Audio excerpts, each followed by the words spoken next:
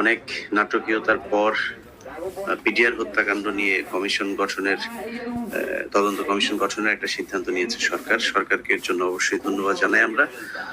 তবে সেই সাথে বাংলাদেশের বিভিন্ন ঘটনাতে আমরা দেখেছি যে তদন্ত কমিটি তো আমরা আসলে একটা বাস্তবতা বলে নেই অনুষ্ঠানের শুরুতে, সেটা হচ্ছে কমিশন গঠনের যে কথা বলা হচ্ছিল এবং সেটা যে কারণে হচ্ছিল না, এটার জন্য আমরা যেমন আমি ব্যক্তিগতভাবে শুধুই মাত্র, অনেকে এটা বলেছেন, অনেকে এটার জন্য শুধুই মাত্র আসিফ নজরুলকে দায়ী করেছেন। আমি যেটা সত্য কথা, সেটা আমি যদি আসিফ নজরুলের কথা বলি তাহলে এটা আমার জন্য মানে ভালো হবে, আপনারা শুনে হয়তো খুশি হবেন, কিন্তু আমি সেটা বলছি না। কারণ হচ্ছে এটার পেছনে সেনাবাহিনীর একটা বিরাট কি বলবো যে প্রভাব রয়েছে। তাদের মধ্যে অনেকেই চেষ্টা করেছেন যে এটা যেন না হয়। আমি যে কথাটা গত সপ্তাহে বলেছিলাম, আমি চ্যালেঞ্জ করেছিলাম যে এটা নিয়ে তদন্ত কমিশন হবে না। আমার সাথে যে সূত্রের কথা হতো তারা বলছিল যে একেবারে সেনাবাহিনীর সর্বোচ্চ লেভেল থেকেই তাদেরকে ডিসকারেজ করা হতো, এমনকি রাজনৈতিক দলগুলো থেকেও বিভিন্ন জনকে দিয়ে ফোন করানো হতো। তাদের ধারণা যে এটা যদি করা হয় তাহলে আমাদের বাংলাদেশ সেনাবাহিনীর সুনাম নাকি ক্ষুণ্ণ হবে, এই অজুহাত দেখিয়ে তারা এটা করতে চায় না। যাই হোক, অবশ্যই সুনাম ক্ষুণ্ণ নয়, এটা বাংলাদেশের অনেক বড় একটা ঘটনা এবং এটার মাধ্যমেই বাংলাদেশ সেনাবাহিনী কলঙ্ক মুক্ত হবে বলে আমি মনে করি। আমার সাথে আপনারা দেখছেন আরো একজন আমাদের রেজা ভাই চলে এসেছেন। জি, জনাব মেজর জাহিদে আহসান হাবিব ভাই আছেন। হাবিব ভাই হচ্ছে গিয়ে ওই দিনের ঘটনায় তিনি বেঁচে ফেরা একজন অফিসার। কর্নেল হাসিনুর রহমান বীর প্রতীক।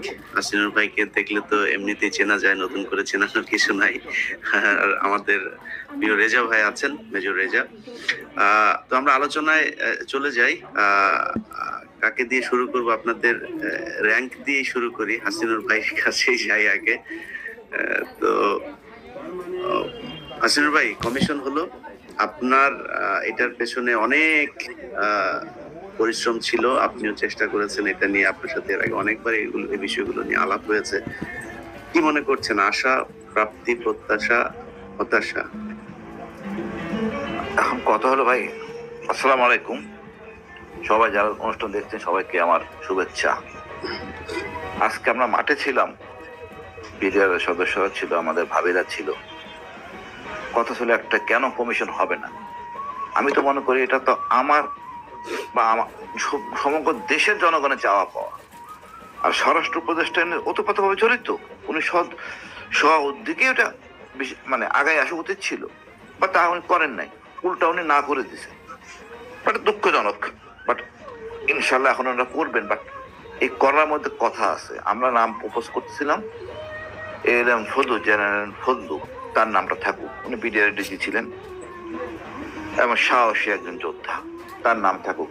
এই নাম নিয়ে গরিমসি চলতেছে বলে আমরা মনে করি একমাত্র এক ব্যক্তি, জেনারেল ফজলু, এখানে থাকা দরকার। মানবাধিকার কমিশনের সদস্য থাকতে পারে, অন্য যে কোনো পদবী, যে কোনো মর্যাদার লোক।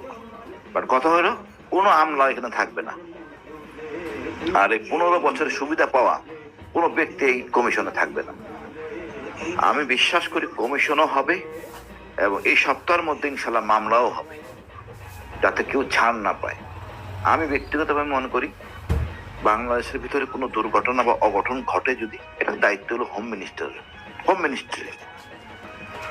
ওই সময় যে ঘটনা ঘটে এটা হোম মিনিস্ট্রির মধ্যে নিয়ন্ত্রিত ছিল এবং ঠিক মতো যদি কাজ করতো র্যাব কেটেছিল, কাজ করে নাই। কেন করে নাই তা তদন্তের মধ্যে আসবে। যতটুকু জানি তারেক সিদ্দিকী কাজ করতে দেননি। এই জেনারেল তারেক সিদ্দিকী আসলে সব জায়গায় মতভাবে অপকর্মের সাথে জড়িত। তো সবকিছু আসবে তদন্তের মধ্যে ইনশাল্লাহ। এবং যদি সেনাবাহিনী যদি হোম মন্ত্রণালয়, স্বরাষ্ট্র মন্ত্রণালয় না পারে কোনো কাজ করতে, তখন তারা ডিফেন্স মিনিস্টারের কাছে আবেদন করে, হ্যাঁ আমরা পারতেছি না, হেল্প আস আউট। কিন্তু তা করার সুযোগ ছিল না। তো ডিফেন্স মিনিস্টার ছিল শেখ হাসিনাই এই অপরাধের সাথে জড়িত, ওতপ্রোতভাবে জড়িত। তো উনি চান নাই সমস্যার সমাধান হোক।